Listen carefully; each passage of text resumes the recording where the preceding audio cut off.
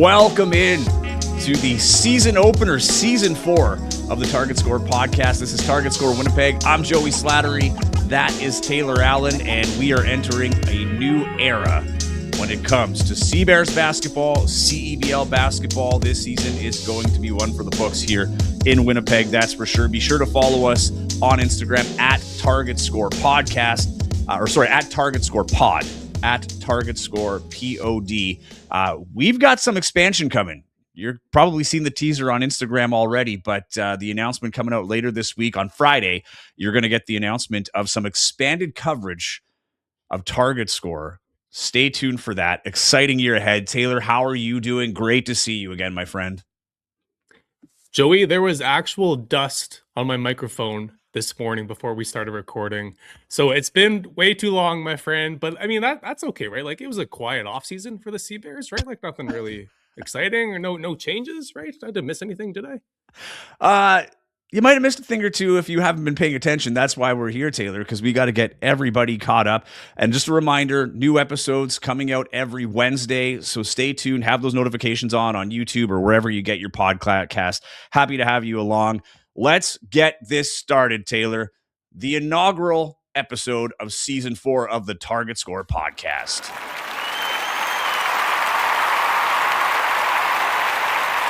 That sound effects now. Upping our production here in season 4. Hey, we got to step it up some way. All right, let's start with first things first, Taylor. Let's start with the CBears.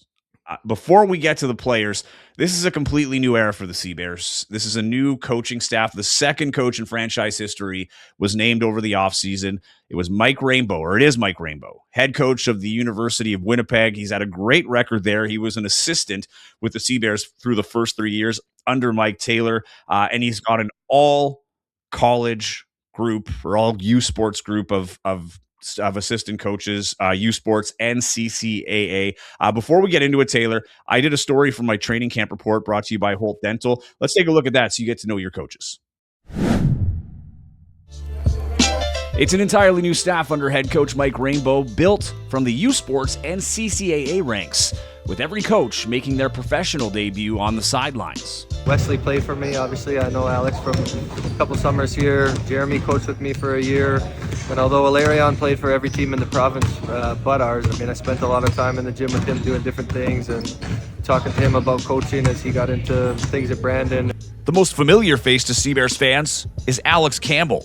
The former captain was Rainbow's first hire and now takes on added duties as assistant general manager. He's been absolutely instrumental in terms of connecting with all of these young guys as people and convincing them to come to Winnipeg. An assistant with the University of Saskatchewan men's team, Campbell says the transition from player to coach at the pro level has been smoother than expected. I anticipated it was going to be more difficult than it actually is, than it did whether I'm playing or not playing, trying to, win games with my brothers. Is it weird seeing Lex as a coach and not a teammate? Yeah, I'm always scared when I see Lex. If I saw him in a dark alley, I'll run the other way. Another Canada West name on the bench, Brandon University women's head coach Valerian Bonhomme, a former Canada West and pro player. He's built a mentor-like relationship with Rainbow, despite never playing for him. Well, we talk about family, our lives, and we just kind of stay connected throughout. And even now, he helps me out tons with my university team, and we just bounce ideas off each other. He's just always been a really keen student of the game, asking me to, look at how I was cutting film or our scouting reports. An opportunity to have him here and help him along his journey is, again, really important for what we're trying to do for the local basketball community. Bonhomme led the Bobcats back to the playoffs for the first time in 9 years last season, and admits stepping into an assistant role is an adjustment. There was one funny situation, a play happened, and he blew his whistle, and I was like, keep playing. And I was like, oh, whoa. I'm not the head coach. He didn't clock it, so I was safe. There are even deeper ties with the other two members of the staff. Stephen Wesley once played for Rainbow at the University of Winnipeg and now coaches alongside him. When he first came here, I like to tease him that he almost didn't last very long with me when he was on our roster to start with. He's still bringing that up?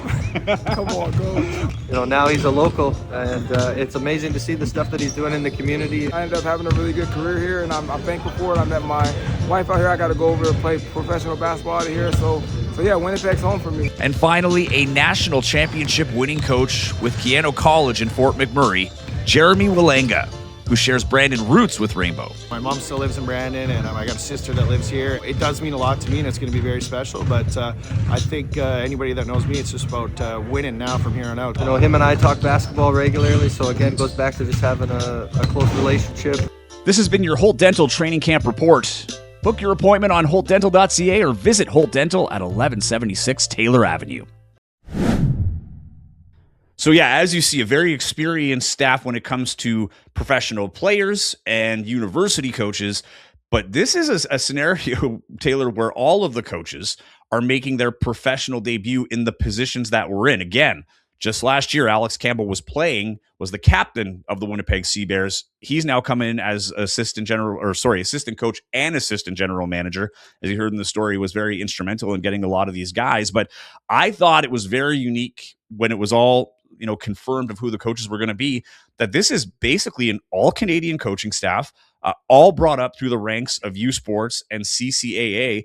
And I think it might be a little bit of a case study. Wasn't able to confirm across the board throughout the years how many staffs we've seen like this, but normally you get a G League guy or someone with some sort of NBA experience or G League experience that comes in here and grabs a couple of U Sports coaches, along the way. We've seen some U Sports head coaches, but to see an entire staff like this is really interesting to me. Yeah, and it should come as no surprise that, they're kind of focusing on an all-Canadian staff here. Just listen to what David Asper said when they announced the hiring of Mike Rainbow. He said, "We need some Prairie Dirt, Canadian Shield, and Wheatfield Soul in our DNA at this time." Very poetic, David. Very That was a poetic. great line. Yeah. I'll never forget that one. But so after him saying that, it was kind of like, okay, it was kind of expected that they'd go down this road. And yeah, lots of these guys, or all these guys, I guess, they haven't been in these specific roles at this level before. But Alex Campbell, that guy was one of the most respected, beloved players in Mr. the league. CEBL. Totally. And so many guys that have signed with the Sea Bears this offseason, they credited Alex being a big reason why that they chose to come to Winnipeg. And then Mike Rainbow, he's a guy that paid his dues, right? Day one with the Sea Bears, he was an assistant coach, learning under Mike Taylor, learning how this league works and whatnot. And he's a guy that's totally turned around the Westman program. Joey, I know you weren't in Winnipeg, before the Mike Rainbow era started with the Westmen, but the program was a disaster before he got there, and he's totally, turned them around and made them one of the most respectable programs in Canada sports, if not the youth sports just in general. So yeah, and Mike, he's an assistant that over the past few years, former Sea Bears and current Sea Bears always spoke very highly of. Even when Teddy left the team and that was a whole debacle, he even still, had love for Mike Rainbow and stuff. So vocal love too. Totally. So yeah, I think that goes without saying that, Mike Rainbow's a hiring that these guys were excited about, and it'll be interesting to see what he does here in his first year. And obviously he's had a lot of juggling to do with the Westmen and the Sea Bears, and he's talked pretty openly about the challenges of that. But yeah, I think it's great to have a local guy coaching the Winnipeg Sea Bears. Yeah, totally. And, the help that he's had, Alex Campbell has been, instrumental, as he's mentioned, in getting some of these players. I know Megan Noonan has helped a lot, in their basketball operations side of things. And that was kind of the big question when it was announced. How is he going to balance a very heavy university workload, right? I don't think everybody fully understands if you've not been close to it, it kind of sounds like, okay, so he coaches a university team and then he goes to the pros. Both are really full-time jobs. You're recruiting all the time, especially at this pro level, right? With the CEBL, there are no drafts. There's no long-term contracts. It's year to year, who's available, and trying to put a team together very quickly, and trying to establish a culture and things like this. It is very difficult. But on the same token, while you're here coaching the Sea Bears, trying to get that happening, you still have to pay attention to your recruiting on the Westman side. The training sessions for his Westman players, like that is still happening throughout the summer. It is a very heavy workload. If you look at that success you've alluded to with the Winnipeg Westmen, he's a well-respected coach for all that he's accomplished as a university coach with the University of Winnipeg. Here's a team that's been to multiple national championship tournaments. a perennial contender for the Canada West title, and a very strong Canada West. That's the other thing too, right? I mean, the Manitoba Bisons, especially in the last 5 years, have been very strong. It's been a great rivalry between Winnipeg and Manitoba on the men's side these last few years. But then you've got, the University of Victoria Vikes, the UBCs of the world. It is a strong conference, in the youth sports realm of things. But what he's done so well is grabbing or making players that were relatively unknown or maybe undervalued and turning them into stars. It's very team driven. I mean, from his University of Winnipeg team, they had, I think, 7 or 8 players averaging double-digit scoring, right? Multiple players, double-digit or close to double-digit rebounding. It's a versatile team. Their bigs can shoot threes. He does a great job at developing these players to fit in his system.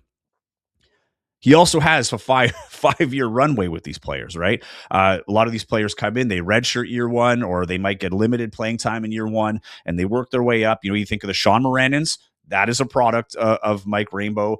Kato Haro, who was drafted for signed the university signing for one of the 2 university signings for the Sea Bears, developed under Mike Rainbow at the university level. He's great at producing guards, very defense focused.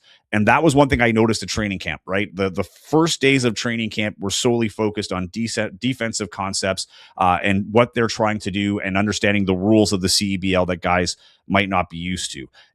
It's a challenge. You have 10 days before your first game by CEBL rule to have your first practice into that first game. And you have guys coming in on the fly. I mean, they only got Simon Hildebrandt and Emmanuel Acott on day 5, halfway through training camp, essentially, before that first game. But the one thing I think is going to be a challenge for Mike Rainbow heading into this one is just the difference between a university player and a pro player. I think that assistant coach experience comes in huge for Rainbow because he's at least been dealing with these players. And as an assistant, I think a lot of times you're more at that personal level with the players, right? You're usually the guy that is taking them aside, explaining things while, the head coach is doing his thing on the sidelines, so on and so forth. So I think he understands a little bit of the personality change from, a teenager to young man to someone in their early 20s to mid 20s to 30s. But I think that is probably the biggest challenge. He's clearly a great basketball mind. He's got great command, but is he going to be able to get the most out of guys that are now playing for their next contract? And yeah, let's be honest. I mean, a change needed to be made. I mean, Mike Taylor did some good things in his 3 years with the Sea Bears. I think he really understood the importance of growing the brand and being out there in the community and being open with the media and whatnot. Like he really, waved the Sea Bears flag and proudly, and he got it, right? He understood the assignment in that regard. But, when you have 3 years of building a team and coaching a team and no playoff victories to show for it, and sometimes the team just looked so disorganized on the court and guys were constantly in and out. I mean, you and I have talked about this, we spent hours talking about this these past few years.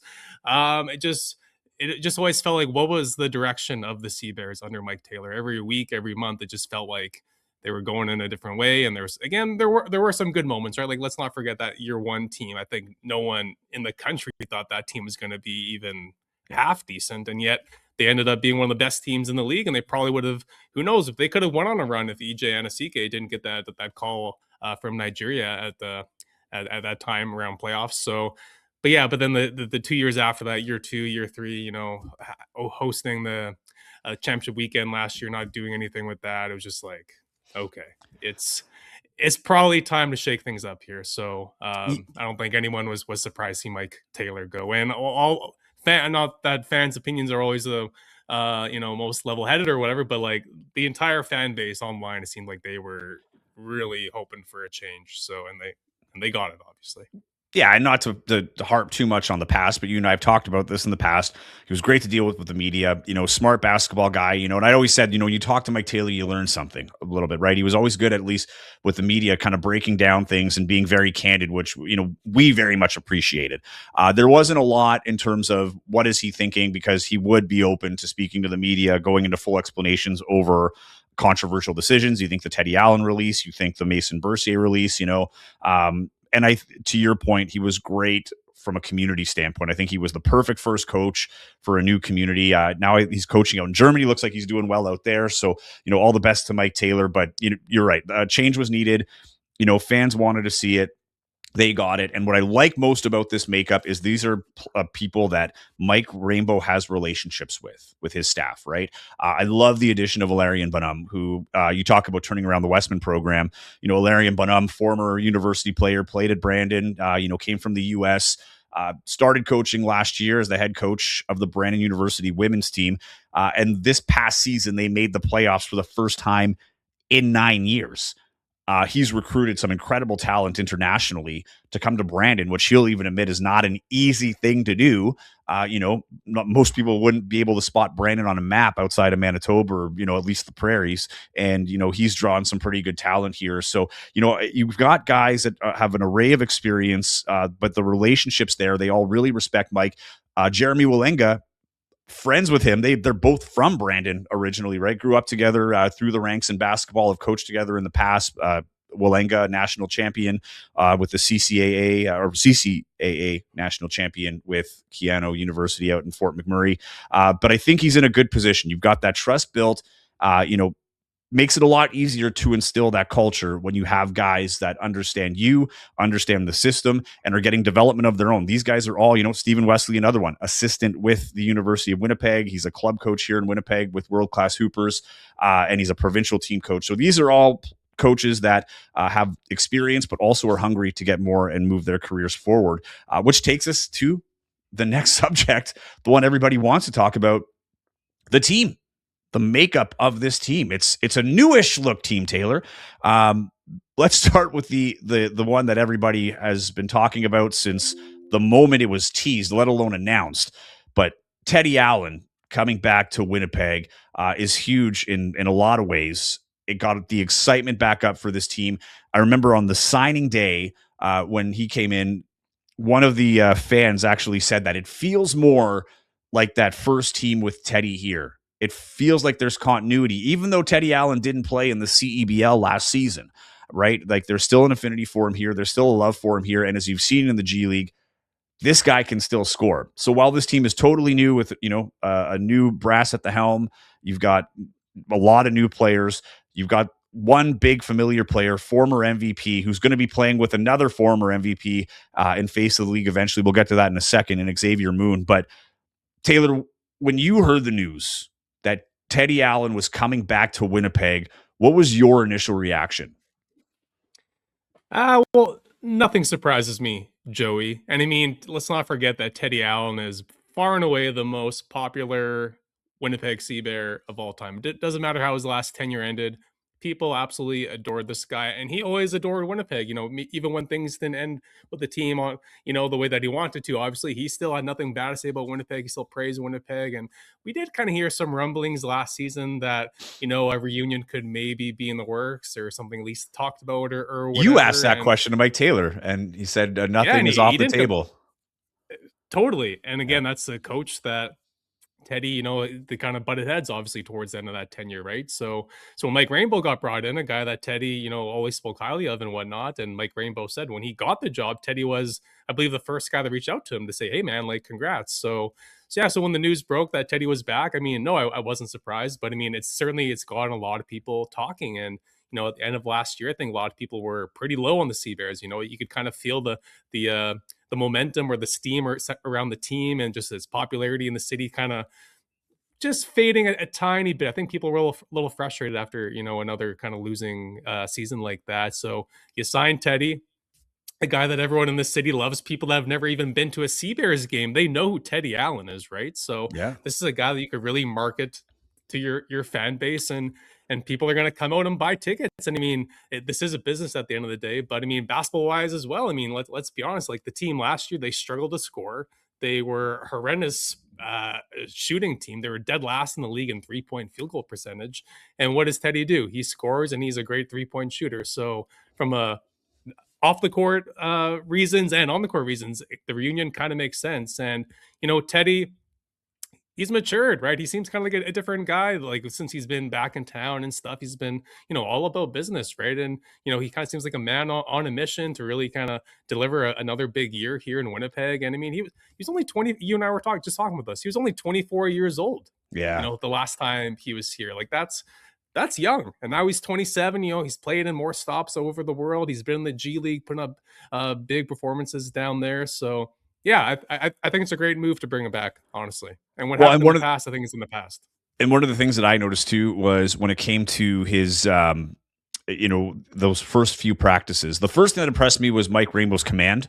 I wasn't sure how it would go from running a university practice to a pro practice, but he had everybody's attention. Everybody was locked in. Much higher intensity, it felt like, than some of the practices I remember with Mike Taylor, and very detail oriented. One of the reasons I think that works is because Teddy Allen taking that leadership role, being a positive voice, with the team and bonding on the floor, but keeping things competitive. This is a guy that, Mike Rainbow said is showing leadership in these early days, right? And, if that continues, that is nothing but great for this team. There's also more tools, I think, as well, in terms of, you alluded to, the experience. He's played in the G League, right? He's been traded in the G League. He's put up big numbers. He's played with different coaches. He's played with different players. He has a different understanding of the pro realm. The other thing too is now he is in his prime. He was really good. Not to say that he wasn't when he was here before, but once you get in your late 20s, you're comfortable in your abilities, and that confidence is higher than ever. But I think with Teddy Allen is you get the fan buy-in right away. Players seem to love him. He's got Alex Campbell, who he's played with and is, a close friend, with Teddy Allen, in terms of they play together. Now they're coaching together, and it's kind of that bridge between the two, right? As he's coming into that leadership role, you've got Alex Campbell now, who's leading as the assistant with the Winnipeg CEBL and as general manager. Well, that's the thing, Joey.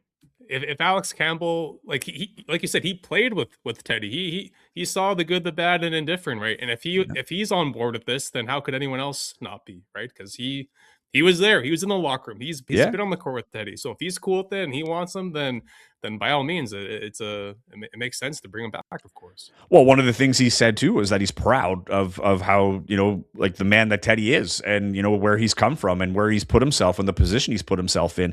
And you're right when you say all business. I mean, I asked him the other day, how cool is it to see your last name on the back of jerseys, right? Because I imagine after Chad Posthumous, it's probably the number one, selling jersey for the CEBL. And that's not lost on him, and he appreciates the fan support that he's gotten here. That's really kind of watched him grow up to an extent, right? Kind of saw the lowest of the lows, and now it's this a bit of a comeback story, at least from a Winnipeg CEBL perspective, for Teddy Allen. But his thing is he wants to win games, and that is going to be the real test out of the gate. If this team can go on a run to start things and start feeling themselves a little bit, it keeps vibes high, it keeps things well. But Teddy Allen feels very connected with the community aspect of this. Not to say that he wasn't the first time around, but I think that's the understanding. When you lose that opportunity and that fanfare slips away, and then you go to the G League, where I don't know if you're the man like you are in Winnipeg and in getting that fan support and that the engagement of the fans. But this is a thing that it seems like he wants to win for the community just as much as he wants to win for himself and his teammates, right? I think he fully understands what it would mean to the city of Winnipeg if a championship was brought to Winnipeg. So I think it was a great addition. Obviously there's going to be a lot of eyes on him, and it's a risk for him too, right? I mean, I think there was a bit of a narrative, like a risk maybe for the CEBL having to bring him back. But if you come back to a team and then the same thing happened again, that would not look good, right? So I think he has a full understanding of the opportunity here, to bygones are bygones, repair anything that's broken and then move forward. And if you win a championship here, if it wasn't already, all will be forgiven. The big question, though, is how is he going to play with Xavier Moon? Before the Teddy Allen biggest question, number one question, that is the question of the season, Joey. Yeah, it's not going to be that simple having both those guys on the court. Obviously, they're two incredibly talented guys who could get a bucket whenever they want to. But you're right, that is the question. How will these two guys complement each other? Well, and before the Teddy Allen announcement, the biggest news was that Xavier Moon was coming back to the CEBL, not going to Edmonton, where he made his name and won all those MVP trophies that is now designed in his honor with a big X for Xavier. So now Teddy Allen comes in, and and the reason why there's some skepticism, because if you go back to the old era when Justin Wright Foreman came in, and there was the Teddy Justin, two ball dominant players, and we were kind of fed it'll work, imagine having two of these guys and they get to share responsibility. I need to see it, is the thing for me, before I can believe it, because one thing Teddy's really good at is creating off the dribble. I think the opportunity here is being able to play in that system and showcase some of that spot up shooting, finding himself in easier positions and maybe retaining some of that energy where he doesn't have to take over games every game. I think there'll be spots. But Xavier Moon is also great off the dribble, right? He's a facilitator as a point guard, but guy can score, right? The guy's played in the NBA. He's played with the Clippers. He has that experience. He plays, one of the top leagues in Russia right now. And that's another thing. When does he get back? This is, I think, unfortunately for fans, it's going to feel a little bit like Simi Shitu last year, where everybody was wondering where he is, and you're waiting for his overseas season to stop. If I recall correctly, I think the Russian league, if his team, Zenit, goes to the finals and it were to go the full series, I think he wouldn't be done until the end of June, like June 20th or something like that. So they're it could be semifinals right now. They're in the semifinals right now. So that's not impossible. Yeah, and the other thing too is the travel in Russia is crazy as well. So like there's a lot of breaks between games when in series and things like that. So if it goes the full length, it's going to be a while before he gets here. So I think the hope would be, if he does go all the way and wins his championship out there, that he would come in, hit the ground running for right in the thick of a playoff race, right? Because he'd be in the second half of the season. But that remains to be seen. But I think it's a good problem to have. But I think that might be a first early challenge for Mike Rainbow to understand, how can we get both of these guys to buy into a role that not only allows them to play at their top, their top level, but complements the team as a whole. That is going to be, I think, a little tricky. Just goes to show how crazy this offseason has been, and just how big of a deal Teddy, coming back to Winnipeg is, that we're now 25 minutes into the podcast. And that's when we start talking about the greatest player in CEBL history signing with the Sea Bears. And what if her signing by Mike Rainbow? My goodness, you're the GM for 10 minutes, and I'm just going to sign the best player that's ever played in the CBL, and the guy that the MVP trophy is designed after, like you said, with the X. But yeah, I mean, you think of the early years of this league. I mean, Xavier Moon, he was the guy, right? I believe 3-time MVP, 2-time champion, just an absolute stud. He's kind of that first success story, really. Guy jumping from the CEBL to the NBA, played 28 games with the Clippers. Just an awesome story. And it's cool that he wants to come back to a league that kind of gave him so much, and really a country that's kind of given his family a lot. I mean, his uncle, I believe, Jamario Moon. Are they cousins? Yep. Or I think it's his uncle. No, right? Yeah, uncle, yeah. Yeah, Jamario Moon. Everyone remembers his time with the Raptors and his high flying dunks, and that really put Jamario Moon, who was a journeyman, on the map, right? And for our younger viewers, go look at YouTube Jamario Moon dunks. I feel like it might have been lost a little bit as time gone on, but at the time, he would have been probably, I don't think it's a stretch to say, like, the best dunker on the Raptors after Vince Carter. Like, probably the closest thing we've had since. Been in some dunk contests. So yeah, he's if you haven't seen it, for the younger viewers out there and you're thinking, who's Jamario Moon, go YouTube him and check out some of the dunk highlights. Yeah, no, absolutely. But yeah, like you said, I mean, it's great that you sign Xavier Moon, and when he gets here, it's going to be, all eyes on him. But yeah, when does he get here? What's the Sea Bears record going to be by the time he gets here in potentially late June, right? And then, okay, well, Teddy's been here since day one. He's building chemistry with these guys. And this first month of the year, let's be honest, it's going to be the Teddy show. The offense is going to go solely through Teddy and whatever. And then when Xavier, finally arrives, I mean, Teddy's role is going to change quite a bit too. And the biggest thing is both these guys do have to buy in and kind of realize that, okay, it's going to be, let's help each other here. Let's make each other's lives easier. You don't have to do everything. I don't have to do everything. And, yeah, but it's going to be complicated because both these guys, they operate, best when the ball is in their hands. And, you see it with Xavier Moon, you see it with Teddy Allen. So is Teddy going to be okay, kind of waiting in the corner while Xavier Moon drives to the basket and kicks out to him or in situations like that. So it's going to be interesting. I'm glad you mentioned the Justin Wright Foreman thing, because that was a very similar similar situation, another high scoring point guard paired with Teddy Allen. And we didn't get a big enough sample size to really kind of say if it's going to work or not. But the games that That they was did play really where together, the wheels started falling apart, yeah. really, right? Oh, for sure, for sure. But the games where they did play together, it really wasn't working. And I don't think Yeah. Justin Wright Foreman, if I'm being honest, has the same attitude that Xavier Moon has. Like, I think Xavier Moon is a guy who has much better body language when he's on the court, a more team player. Sorry to bury Justin Wright Foreman, but that's just the reality of what I noticed during his time in Winnipeg. So I do think this could be different, but yeah, it's going to be interesting. I mean, if this is fantasy basketball, then the Sea Bears, yep, they're going to be the 2026 CEBL champions. But this is not fantasy basketball, so it's going to be interesting. I think from that standpoint, though, you're right. I think the attitude that Xavier Moon brings in, he's been there, done that with this league. He doesn't strike me as a guy that's going to come out here and be like, I have to retain my title because my name's on it, right?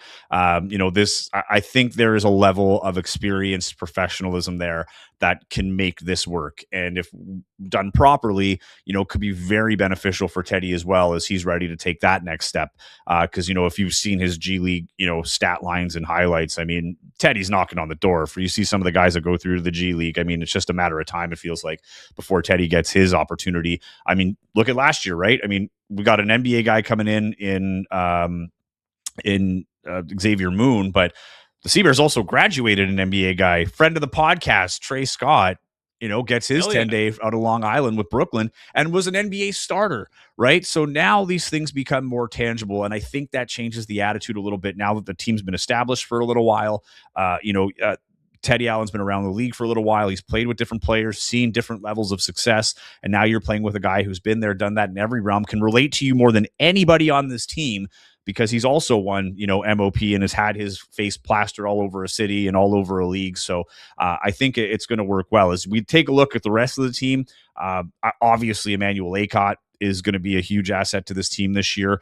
Biggest thing for Acott is he's played leading up to this season, unlike last year. Last year, he was nursing an injury, didn't get to play much. This year, he won a championship with the Sudbury Five in the other Canadian League, the BSL, over the winter. He only played 13 games, mostly for the playoff run, but high-intensity basketball. He looks a little better coming into camp. As he mentioned, there's no rust anymore, right? Like, he feels more prepared going into this. And then Simon Hildebrandt returns. He didn't play last year because of his NCAA, fulfillment, but it's been 2 seasons since he played with the Sea Bears. In that time, he's played with 2 universities. He's gone to March Madness. First thing you notice when you see him, he's bigger. Like, he's put on some muscle. He's a little more physical. First day of training camp, he had a big scratch down the side of his face. I think a bit of a sign of just that physical part of his game that's grown since fans would have seen him here in Winnipeg, which is really exciting. But and then the other one, I think, from the returning standpoint, Nate Balamu, who will also join the team when his season's done in Portugal. Hopefully that one will be done a little bit sooner. And then obviously Kyler Filowich, another guy who's leaned right out. He's now played 1 full year professionally. And, he's looking a little slimmer than he was before, a little quicker, used to playing that full game a little more. And obviously at a point in his career, now going into year 2, a little more confidence, a chance to step up. But you look at the guys they brought back, pretty important people from a community standpoint, from a work ethic standpoint, and coming back with a lot more experience, which I think bodes well for the Sea Bears moving into 2026. Totally. And I think a big thing with lots of these guys is that the Sea Bears really need them to take the next step. I mean, Emmanuel Acott has been, one of, if not their best Canadian players in recent years. But I mean, like you said, he's coming off a full offseason of actually playing basketball, not injured and whatnot. And, with 2 stars on this team, these role players are these guys who are kind of the third, fourth option. I mean, this team needs these guys to knock down shots. I mean, Simon's a good shooter, but he needs to be even better with this current lineup. Emmanuel Acott, he shot, I believe, 29% from 3. And no, that's not his bread and butter, but if he can improve his 3-point shooting, that would be huge for this team. I would have, when it comes to building this roster, I think I would have liked to have seen, or I think would have been wise to maybe get some more guys who are just pure shooters, right? I do think that could be potentially a concern again with this team. Although, I mean, Xavier and Teddy are both two of the best 3-point shooters in the league. But I think surrounding those guys with guys that could shoot would have been, a real, would have made this team really hard to guard. So basically what I'm saying is these names that you're rattling off here, these local guys and stuff, they need to be huge on defense, and they got to be able to knock down some shots. And if these guys can do that, these guys take a next step. And I mean, we haven't seen Simon Hillebrand in a while. He's playing high level NCAA basketball, and no, he didn't get to play a ton at Washington State, but I mean, he was playing with some of the best players in the country down there. He was playing against Gonzaga and whatnot, and he had a game against Gonzaga where he had 16 points. So I mean, he's definitely taken a step in his career. But there's going to be higher expectations on these local guys. It's no longer just like, oh, this is a cute story. This local guy, Kyler Filowich, Emmanuel Acott, Simon Hildebrand. It's like, no, these three guys it's not a charity case. They're here for a reason, and they have to, really take a step this year for this team to really make it to the next level. Yeah, and it'll be interesting to see what, Simon's role ends up being carved out as, right? Because the guy can be a starter, likely comes off the bench at least to start a little bit, but he's got the tools. And I think the biggest difference with Simon was, as a university player playing for the Sea Bears, I don't know if the defensive alertness was as sharp as it needs to be at this level. And that, I think, will be the first kind of telltale sign for the Sea Bears is just, defensively, can he, is he going to be able to not be a liability, essentially, right? Is just if you can go out there, guard different positions and make sure that you're protecting the basket where you can. That's where I think Emmanuel Acott shines. He's a good two-way player. He can guard 1 through 5, very versatile, very much a utility guy for the Winnipeg Sea Bears. But this is a fast team. And if you've seen Mike Rainbow teams before, like the offense starts on defense, right? This is a team that's going to be, active in passing lanes, trying to create turnovers. And from there, move into transition baskets and play a really fast pace, which is why a guy like Mason Krause can really find an opportunity to shine here, with Winnipeg before he goes off to Germany for his first winter pro season.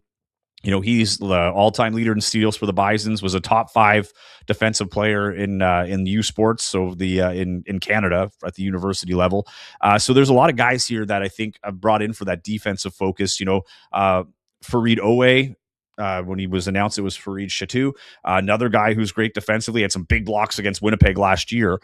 So they've got some, I think, a good, well-rounded roster. Just to go over it, won't have to go into everybody, but, Jeremiah Tillman's got experience in the CEBL, protect the rim, big body inside.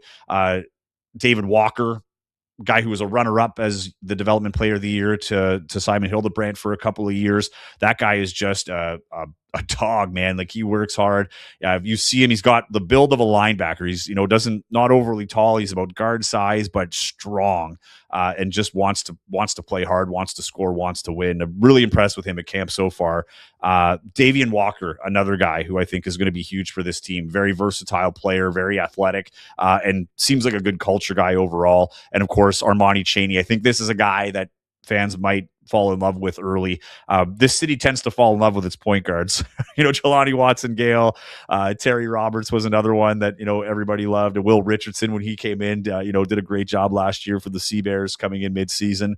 Armani Chaney will be that guy this year, small guard, quick, great playmaker, watching him in training camp, just his ability to make passes, elude defenders, to create passing lanes. I'm excited to watch him in action. And then Isaiah Osborne, haven't seen him yet. Another guy playing his pro year overseas, but he's a CEBL vet. Had some daggers against Winnipeg when he was playing at Edmonton. So I think Sea Bears fans will be happy to have him on his side. Kevin Cross in there as well, joined late into camp. Don't really have much on him. Only saw him in that opening scrimmage they had in front of season ticket holders, which was actually a really cool event. Congrats to the Sea Bears for pulling that off, and for the fans that would have enjoyed that, getting to see the first look of the team in the new uniforms. We didn't even touch on the new uniforms. That's true. That's hard-hitting journalism right there. Yeah. With the My gosh, talk about the whole new team real quick. Your thoughts on that? I'll say I like the rebrand. I like that it's more of a classic look, and they kind of got rid of the logo on the top with the city name and the team name and the number. It was very busy. Really like that classic basketball, and enjoying that kind of icy look down the sides, like the little details that they have. Everybody's going to love the Space Jam jersey. That one's going to be really cool on the Space Jam night. I believe it's June 8th. Yeah, but overall, I like that they kept the third teal jersey mostly the same. It just says Winnipeg on the top. That one's been a classic since it came in. Sea Bears, I believe their whites will be their roads. That's the one that says Winnipeg on it with the black jersey saying Sea Bears should be their homes. But in this league, it can range from game to game depending on the uniform matchups. But overall, I really like the new jerseys. I still think it keeps the tradition of what they built initially. It's not too far off the scheme of what they built, but I think it's a nice addition, a nice subtle upgrade.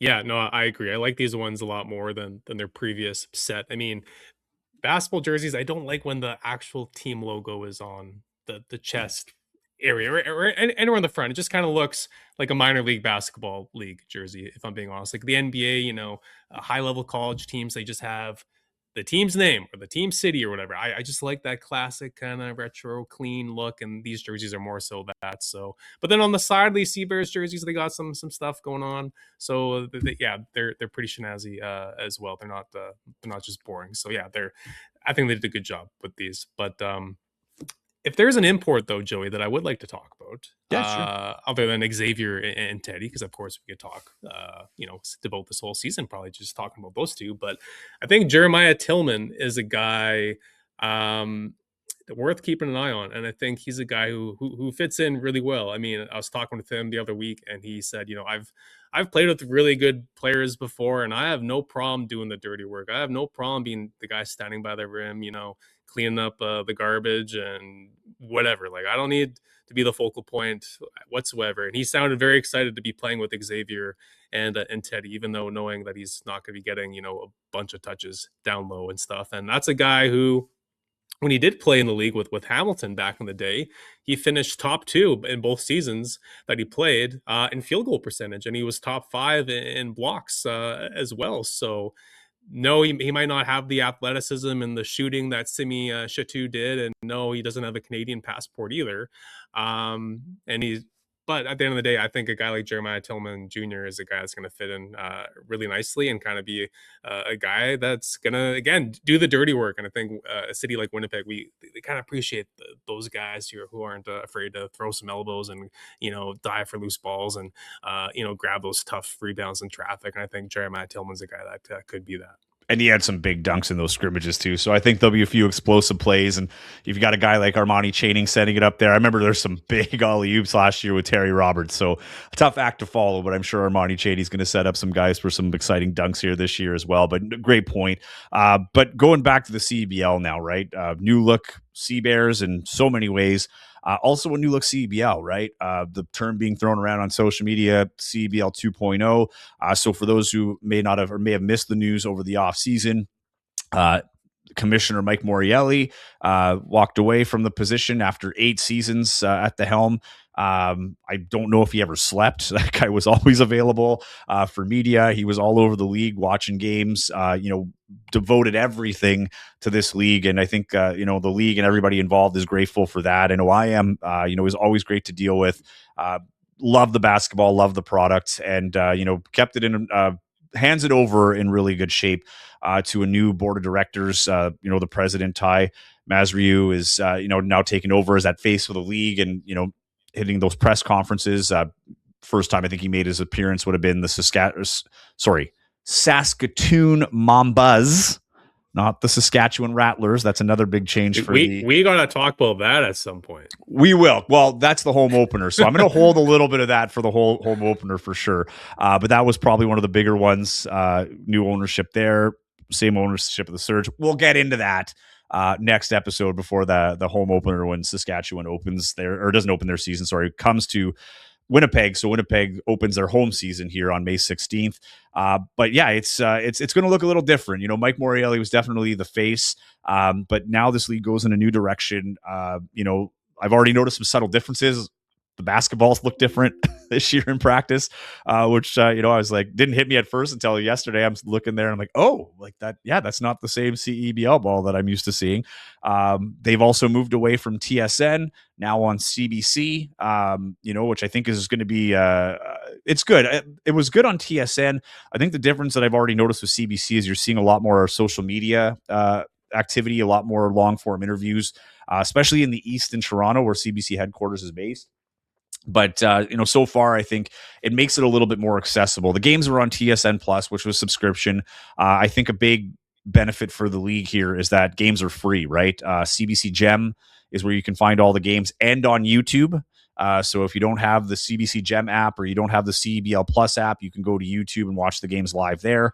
I think it just makes the game more accessible. And, I always look back at some of our biggest sports, I wouldn't say moments, but what built the sports franchises in terms of tradition and I guess that sense of I don't know, I want to say real French. I can't really think of the word I'm trying to say here, but kind of gave it the tag of approval was when they started on CBC, right? Like I remember as a kid, CFL was on CBC that I'd watch at the cottage. Blue Jays used to play on CBC. The Raptors were on there too. It's a great avenue, I think, to really celebrate the Canadian side of sports and really tie it into Canadian culture. And as Canada's premier pro basketball league, they started on CBC years ago before going over to TSN. I think TSN served a great purpose in terms of just adding that legitimacy, that it is a real sports on a real sports network. But I like the idea of how much the league has grown.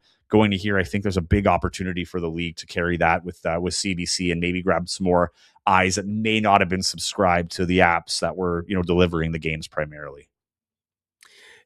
And the change that I'm most excited about on the league level is no more championship weekend. I mean, I'm glad we had it here last year, Joey. It was fun. Great grand finale. Great grand finale.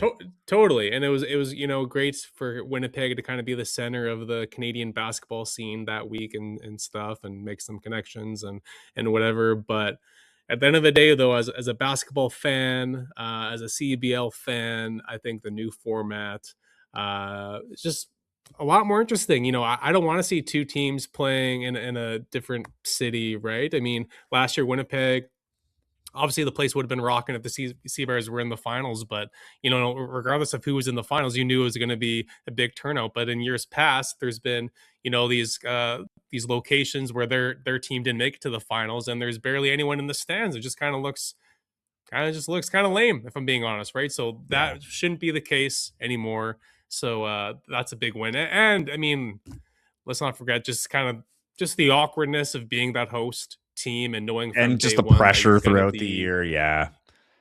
Like last year wasn't really. You're always talking about championship weekend. Watching. Yeah, exactly. Like you're losing. You're like, oh, you're losing. You're going to be in championship weekend. Like I don't think the players enjoyed that aspect either. I think it's an extra layer of pressure and that they just don't want to deal with. So I agree with you, and I think the other thing for people like you and I, the storylines, when you can make a series out of that championship weekend, right?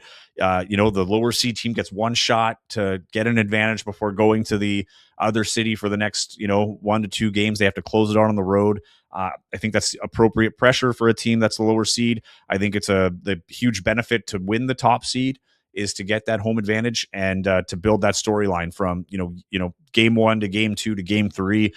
It's going to be a lot of fun to follow. Huge fan of that change for this year. I think it's right where the league needs to be, and it should be exciting for sure to see that going. Winnipeg opens this. Joey. Yeah, sorry, Joey. I just wish that 90% of the teams in the CEBL were going to make the playoffs, like what the CFL is doing next year. You want to go that's there? That's the only change that I wish they also made. 90%. Right. Everyone gets in. Everyone gets a participation trophy. You get a playoff spot. You get a playoff spot. You get a playoff spot. We're Canada, right? We're very generous. We're very nice. So that was disappointing that they didn't follow in the CFL's footsteps. Yeah, as big as the changes have been in the CEBL, I don't think it holds a candle to the CFL's changes over the last 365 days leading into the next 2 seasons. But a little harder to get in the playoffs for the CEBL. Not quite as playoff friendly as the CFL for sure. All gets underway Saturday. Winnipeg opening the season on the road in Edmonton. That game is on CBC National. Their CBC on TV. So that'll be the first national game of the year out in Edmonton. And the Stingers, to kind of preview this game a little bit, bit of a rough offseason, I think, for the Stingers in the sense that of big names that were associated with Edmonton going to other teams, staying in the league. One of those names, Xavier Moon. I know Moon was doing some camps and things like that before signing with Winnipeg out in Edmonton. And then Sean East, the second. there's a guy who, the most outstanding player last year, had a tremendous season in Edmonton and popped in the CEBL, and went on to play just as well in the G League. Was in the G League. What is it called? The top prospects game for the NBA All-Star Weekend, or Rising Stars game for the NBA All-Star Weekend. So yeah, they're starting from scratch a little bit, and I don't know if you saw the post that the Stingers put out. It was a quote from Jordan Baker, the head coach of the Stingers, saying, grass isn't always greener on the other side, right? There's going to be a lot of faces coming into that building that once wore Stingers colors. And as we know, the Stingers organization is probably one of the more decorated and established organizations in the CEBL. Great fan base, championship, pedigree. They've got a couple of banners up there when you go into the Edmonton Expo Center. But it's and this has been a rivalry, Taylor, throughout the years. I know we always go to the Sask Winnipeg rivalry by nature, and there's the Battle of Alberta by nature, but I have to go ahead and say, I think from a rivalry standpoint, the Edmonton Winnipeg rivalry has really been the most entertaining through the first 3 seasons of Seabears basketball. I would agree, but it's just a shame that Xavier Moon won't be there. I know. I Xavier wish that game Moon was a making little his later. return to Edmonton. That would have been. I think they do play again at Edmonton later in the year, so hopefully he's back for that one. But yeah, it would have been like fireworks to have him, because I imagine it would be a quick cheer, off the top, maybe a little tribute video, and then it would be booed every time he touches the ball for sure. Knowing the Edmonton fan base, I think they would have a lot of fun with that one. Really disappointed he won't be there for the opener.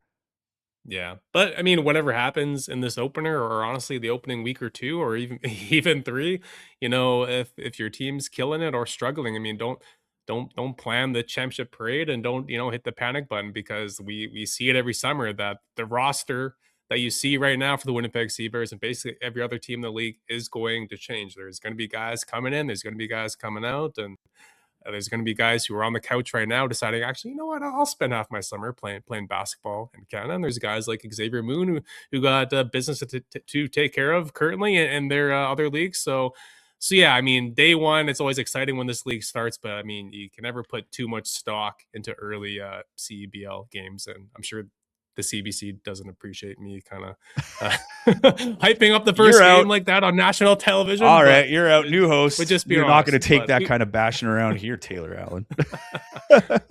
But it's true. It's true. No, I know. The other thing, though, too, with Edmonton, though, is like, their roster, probably a little more turnover than we're used to. But, Nick Hornsby is, a guy that's been just integral with that team from going back to when Jordan Baker played, right? So they've got some of their main guys. But for me, the big one is Aaron Rooms. We talk about what Simon Hildebrandt did in Winnipeg. Aaron Rooms is the reigning U Sports Player of the Year, won a national championship with Toronto Metropolitan University, and is now embarking on his true pro career, as I like to say. He's no longer a college pro guy. He is a pro now, a true pro going in, starting his career. Tay Donald's another guy who's been, on the up and up these past couple of seasons. They've got some young guys that come back and are appreciating and seeing the benefits of the development, under the Stinger staff led by Jordan Baker. So the other thing about Edmonton is they can be streaky. We've seen it in years past where they'll win a bunch of games, lose a bunch of games, but then find themselves in the playoffs. Like, they tend to peak when it matters most. It might be a little different looking this year, but Edmonton is never a team that has ever been looked past or been able to look past. I think, excuse me, you can say that with Calgary at times, maybe been overlooked. Vancouver earlier on, for sure. They've built their own championship culture there as well. But, Edmonton's been the one very steady team in this league since its inception. Again, 2 championships. The only other team to do it, Niagara River Lions, defending back-to-back champions in the East. So I think that's going to be a real good game, and I think it's good to get a rivalry game off the hop on the road, national TV. I do think it gets the blood flowing, especially for these guys, as you mentioned, on both teams, but particularly the Seabears, that are going to see elevated roles right now, going to try to find their way on the team in a prominent role when, the Emmanuel Acott, or sorry, not Emmanuel Acott, when Xavier Moon comes back, the Nate Balamus, Isaiah Osborne, like, there's going to be decisions to be made. So here they have a great chance to showcase themselves on national TV, get some tape. Can't ask for a better situation to open the season. So in true season opening podcast tradition, Joey, I mean, I'm pretty sure the last 3 years we've always made our kind of season prediction for the Seabears, predicted their record. Yeah. And I've been wildly off every year. I'm pretty sure. Year 1, I thought they're going to stink, and they were pretty good. And year 2, I thought they're going to be fantastic, and they were not. And I think last year I also kind of hyped them up quite a bit, and it didn't work out so well. So basically, whatever I say, that probably the opposite is going to happen. But I'll put you on the spot here, Joey. What's your prediction for the 2026 edition of the Winnipeg Sea Bears? I think 15 wins is doable. It'll be hard. It's a very, I feel this is going to be a very a year of parity in the CEBL. There's been a lot of movement. Brampton in the East right now. Talk about Niagara. They're always a favorite, back-to-back champions, but Brampton might have a chance to go from worst to first here, right? They've, Jameer Nelson Jr., and they got Sean East there as well. Two of the better players from the West last year. I think there's not going to be a lot of gimmies this year. I'm going to go 15-9. 15-9. I'll lock it in. You? Okay, that's a big year. I know it's huge. Like I think it's like, yeah, it's not. I'm not looking at this like, oh, they'd scrape by. I mean, 15-9 would be a playoff team. Would be home court advantage somewhere in the playoffs. But I think we have to accept that there's going to be a lot of losses. And based on last year, there were a lot of home losses. So if that happens this year, could be a lot worse. But I think worst case scenario for this team, but still works out, is 500. I think if they get to 12-12, you put yourself in a race. But if you can get those 3 extra wins, I think you'll be sitting pretty. But it's not going to be easy in a league, especially when you're playing in a conference with teams like Calgary, Edmonton, and Vancouver, particularly. Yeah, if Xavier Moon was in the lineup on opening day, my answer would be a lot different. But I'm gonna go 12-12. And I still think they could finish the year wherever they want to finish it, or where they want to finish it, obviously. But I think with Xavier Moon missing quite a bit of time, this is a younger team, younger coaching staff. I think it might take a minute or two for everyone to get on the same page and kind of gel it and whatnot. But I think once they kind of knock some rust off and get some experience and get Xavier Moon acclimated, and him and Teddy got their roles figured out, I think this team can finish strong. But I think, I'm just going to go 12-12. I think that's kind of a safe bet for this year. All right. I got 15-9. You got 12-12. And our first, we'll have a good feeling, or at least somewhat of a feeling, on Saturday. Game is 2:30 Central Time PM. On CBC. You could watch it on GEM, YouTube, or on CBC TV. The home opener is the next Saturday. I believe it's May 16th against the Saskatchewan Mumbas. We're going to dig into that next week. Remember, follow us on Instagram at Target Score Pod. You're Taylor Allen 31 on Instagram. I'm always nervous when I say your Instagram handle. At Taylor Allen 31. At Joey Slattery TV. Give us a follow. Stay up to date all year. I'll have your game day reports. Training camp reports are already out there if you haven't seen them. And keep an eye out for our expanded coverage. Some new shows coming to Target Score, turning into a bit of a network. Happy to have it coming out. We'll see you next Wednesday. Keep an eye out. Have subscriptions on YouTube or wherever you get your podcasts for the next episode. Until then, enjoy the game Saturday in Edmonton. Sea Bears open the season. A new era begins. Can't wait. See you next time, Taylor.